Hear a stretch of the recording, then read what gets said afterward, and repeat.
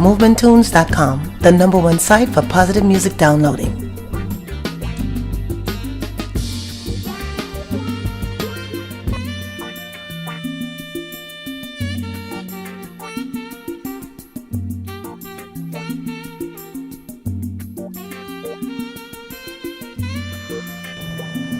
Please state your name. My name is Owen Gunning.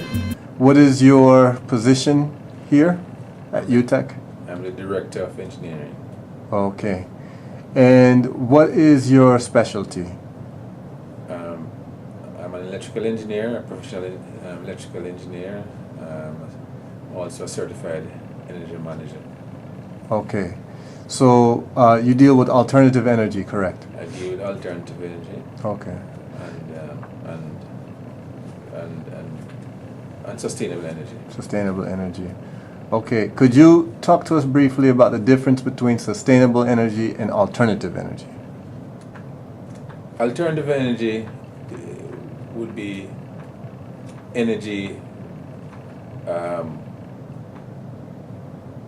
like solar, wind, sustainable energy, and those there's a common thread between them because they're also sustainable by virtue of the fact that they will never finish, as opposed to an alternative energy that will get depleted would be converting waste. Okay.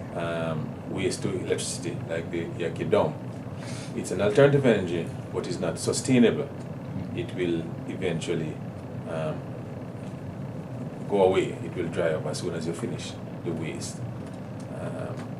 But alternative energy, which is also sustainable, would be like solar, wind, geothermal, which is always there. So out of all of those different categories, sustainable and alternative energy, which market do you see in terms of solar or wind that is most applicable to Jamaica's needs? Both are applicable, because if you look at, as I said, if you look at an alternative energy which is probably not sustainable, for example, the waste at Riverton City, and I think they have signed, the government has signed a contract with someone to convert that waste to energy. But you also look at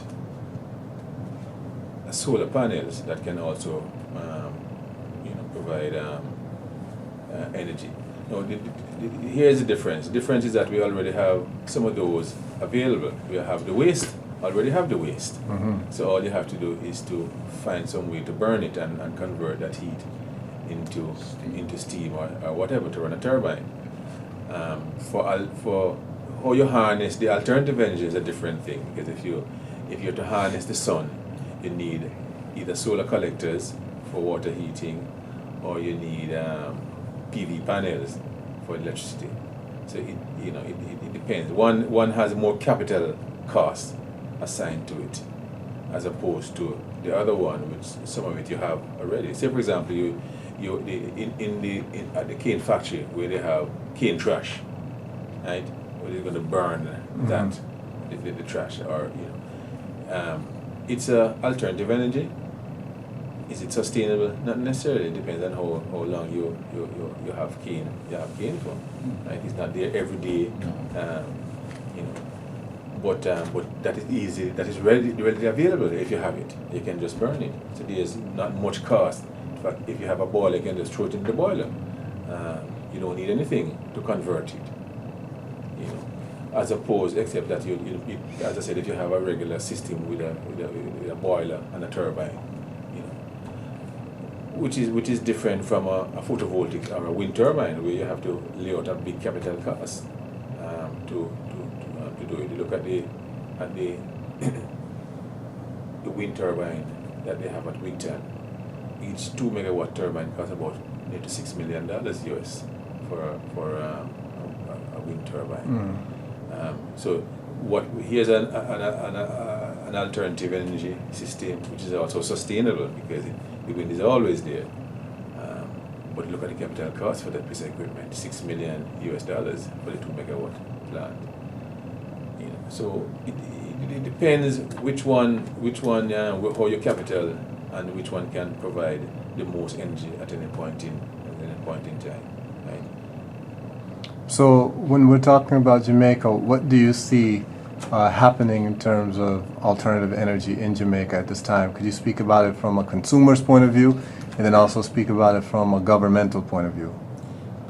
All right. From a consumer point of view, based on where our price of electricity is, I think people are looking to reduce their electricity bill as much as possible. In Trinidad, for example, the cost of a kilowatt hour of electricity is about 3 cents. In the United States, it can run anywhere from 10 to 12 cents. In Jamaica, it's running at 35 cents. So it tells you that it's going to be a substantial cost in any operation that you run, that the cost. So from a consumer, a lot of consumers are looking for a way out, and they have been purchasing both small wind turbine and also a lot of photovoltaic panels to generate their own power. From a governmental standpoint, they have now put out a tender for power. I think 400 megawatt of power. That's a substantial amount of money, capital outlay. But that same plant is going to be using the same old fossil fuel to burn. Now, fossil fuel means two things. It's a drain on the foreign exchange, but it also adds to destroy the environment in terms of the carbon emissions. And you've heard about carbon trading and all of that. But the CO2 emission, which provides greenhouse gases and makes the whole climate change thing, where you hear talk about climate change, and so the government would have to be interested in that from two aspects. One, that it saves on violent foreign exchange, and also you have a better environment, so you have less respiratory problems and all of that. It's a cleaner environment. Mm-hmm. So the government would be interested from those two standpoints. We are as consumers, yes, we want a better environment, but we also want a savings in our pocket, and immediate savings in our pocket. So we are interested in it for the saving. Mm-hmm. I think I would say that we are more interested in for the savings first, sure, than the environment. Right.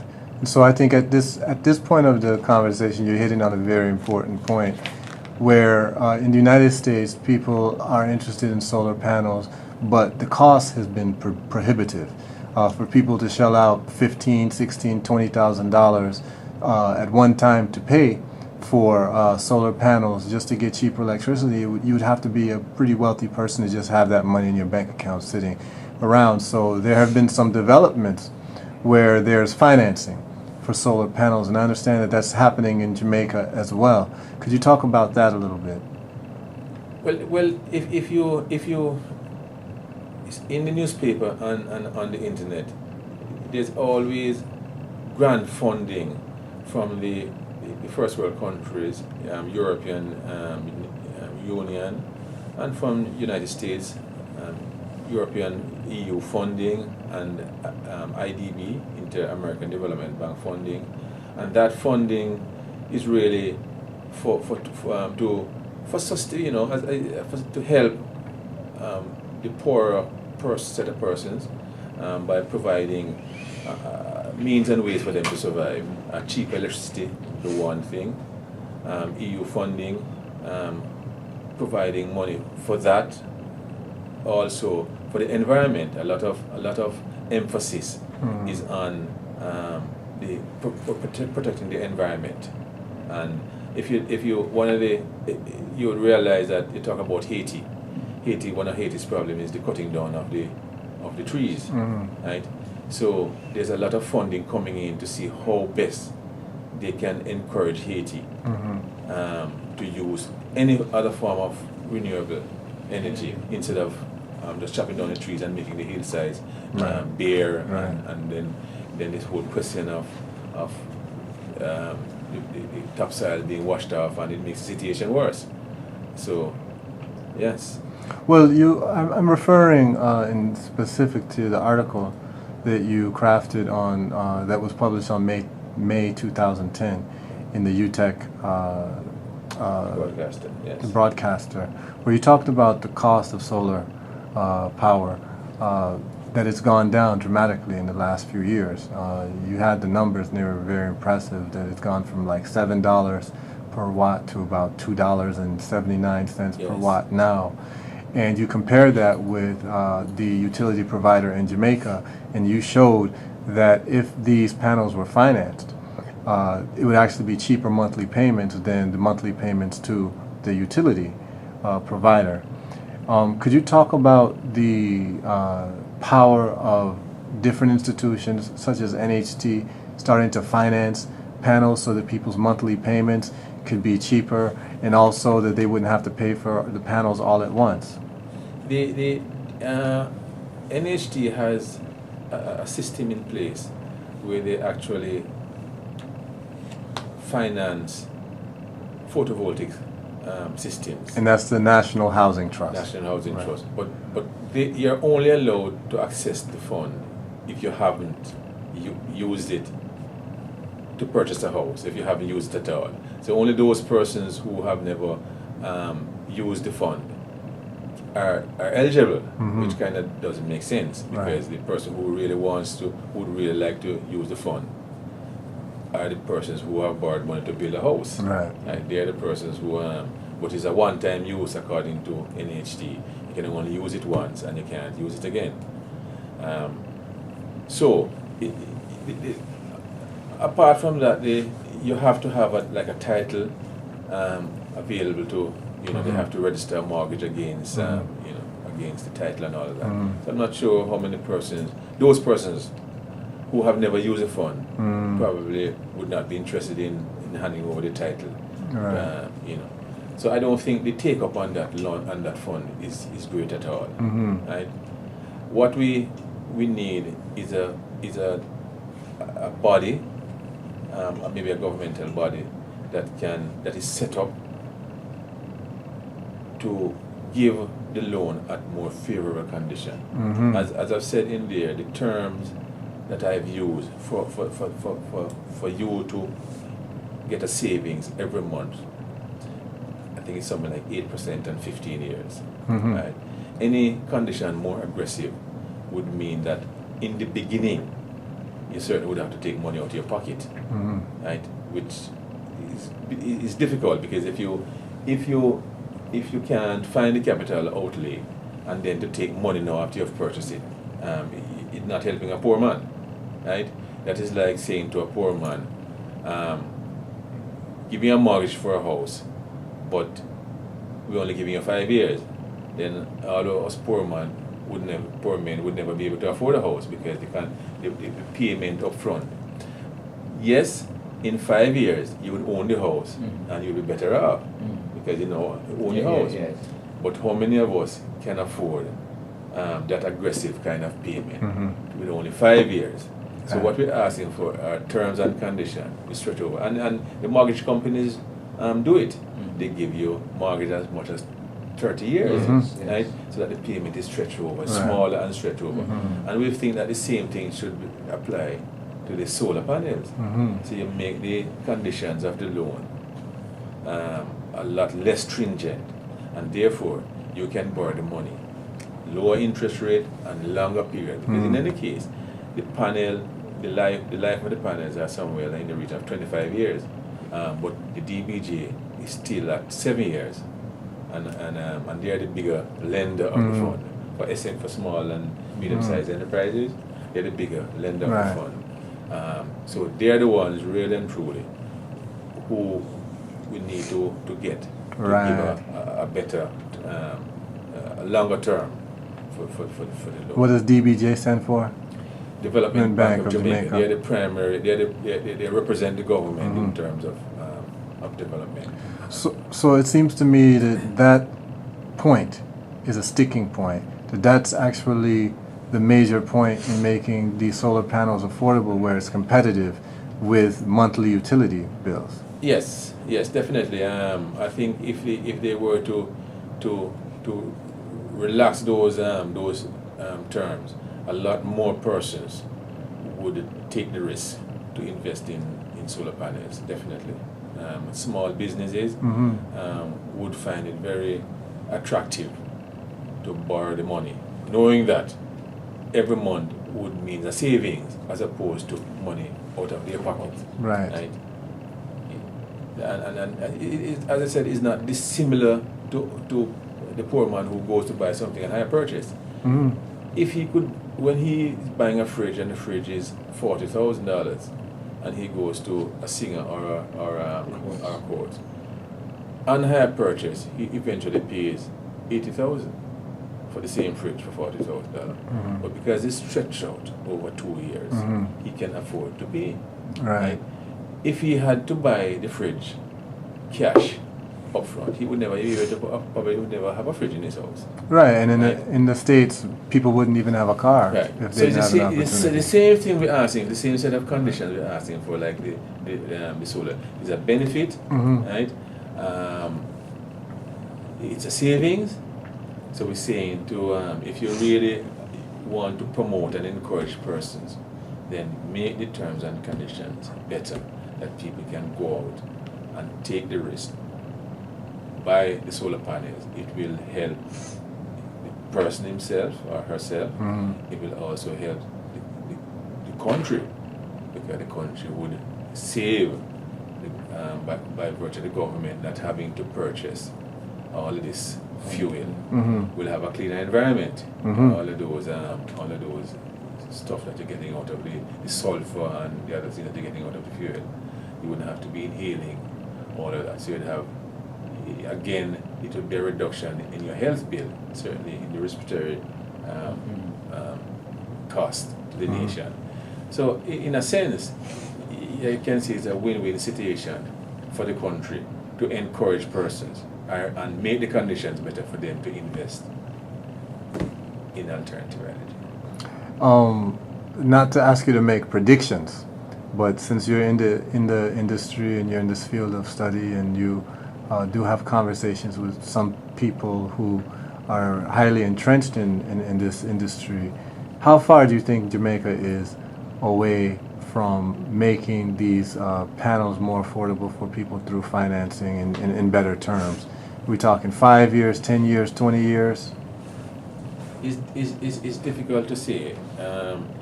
The first world countries, by virtue of necessity and by signature to what they call the Kyoto Protocol, where everybody has to satisfy are given a quota for greenhouse gases, have no choice but to go and install renewable energies, even though it is more expensive, right? I have gone to Alaska and I've seen the glaciers just melting, right? And people claim that this whole El Niño phenomenon is part of all of that global warming, and we have seen the effect, if it is so, with the hurricanes and the unpredictable nature of hurricanes and the intensity of hurricanes, right? So the first world countries, by necessity, are forced to put in all kind of legislations and tax credits and all of that. We in third world countries really are unable to afford that to pay, afford to put in and subsidize it, I should say, because a lot of these big countries do provide some subsidy and encouragement for persons to invest in solar and other alternative energies. But the small nations really can't subsidize that, and they can't put in legislation, for example, that will force JPS, because they themselves, they are monopoly, and they're not willing to assist. So if you ask me how far away, I think we are still some way away from having wide-scale installation of solar panels. Right? I think it's now limited only to the more wealthy persons who can pay for it out of their own pocket. But the small man, he's not able to, as you said, to put up $2 million or $3 million for a 3 kilowatt system that could run his house. He doesn't have the $3 million or the $2 million to put it up. Right? So it's going to be difficult for him. But as I said, the prices are coming down. We are talking about $1, $7 the other day. Now we're down to $2. What is it? About 79 cents. Yeah, $2.79 for I think that includes battery and panels. Yeah. So that tells you that the price is coming down and the technology is getting better and better. How quickly?